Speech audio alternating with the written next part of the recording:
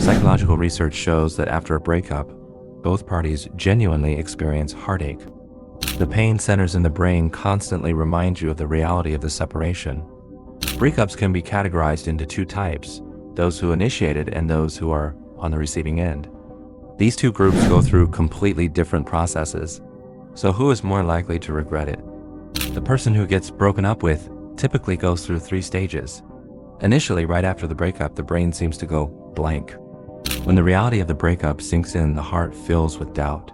Did we really break up? Am I dreaming? During this stage, many people exist in a daze and might unconsciously reach for their phone, only to realize they've lost that person. Next comes the stage of emotional breakdown, especially when young people often act impulsively after a breakup, drinking alone late at night, repeatedly walking down streets they once walked together, constantly texting or calling, trying to salvage the relationship. At this point, a person's mindset is like that of a drowning person clinging to the only lifeline.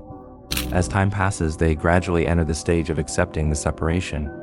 Going from emotional breakdown to regaining composure usually takes more than 3 months. At this point, they can gradually accept the reality of the breakup, return to normal life, and no longer act hysterically. Their love for that person also transforms from tenderness to numbness, even to hatred. This process is one of gradually letting go. The person who initiates the breakup, on the other hand, usually makes this decision after a careful consideration. After the separation, they enter a state of freedom, enjoying an unrestrained life. They may no longer feel burdened and might even start a new life. Some may have already found a new partner and begun a seamlessly connected life.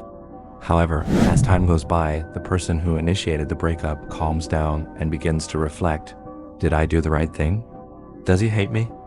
This calm reflection is often accompanied by nostalgia for the past and questions about the breakup decision. More ironically, the longer the time passes, the deeper the initiator's longing for that person becomes.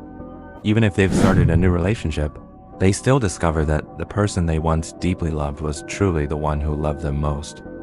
Internal struggle follows, with 2 voices appearing in their mind. Since you regret it, go after him. It should be easy to get back together. However, another voice coldly says, he despises you. Now, pursuing him would just be asking for humiliation. This is what psychology calls sunk cost. The more you invest, the deeper the pain and regret after separation. In the early stages of a breakup, the person who gets broken up with often has the hardest time. But once they get through this phase, they usually move on quickly and start fresh. The person who initiated the breakup, however, becomes increasingly regretful and remorseful. As time passes, they eventually realize they missed out on someone who truly loved them.